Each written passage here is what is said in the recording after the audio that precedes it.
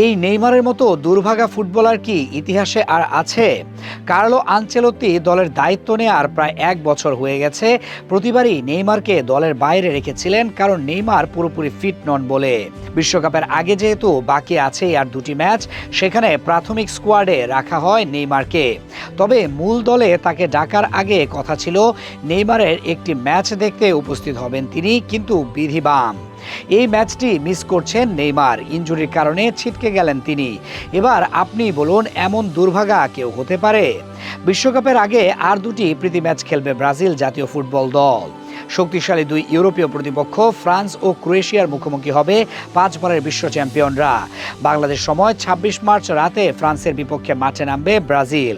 এরপর ১ এপ্রিল ক্রোয়েশিয়ার বিপক্ষে খেলবে তাদের দ্বিতীয় প্রীতি ম্যাচ। এই ২ ম্যাচকে সামনে রেখে ব্রাজিলের প্রাথমিক দলে জায়গা পেয়েছিলেন তারকা খেলোয়াড় নেইমার।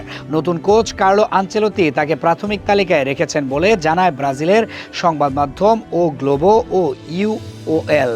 তবে চূড়ান্ত দল ঘোষণার আগেই নতুন করে শঙ্কা তৈরি হয়েছে নেইমারকে ঘিরে।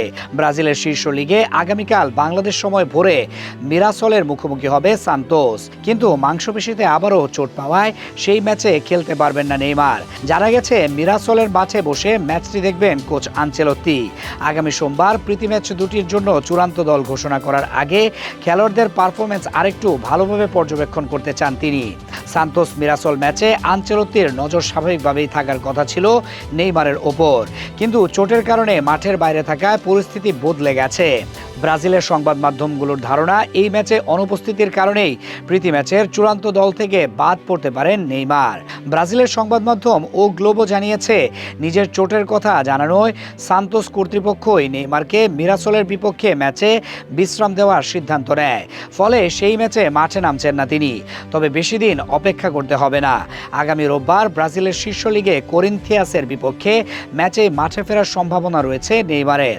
অর্থাৎ প্রীতি ম্যাচের আগে ব্রাজিলের চূড়ান্ত দল ঘোষণার আগে নিজেকে প্রমাণ করার সুযোগ পাচ্ছেন মাত্র একটি ম্যাচে।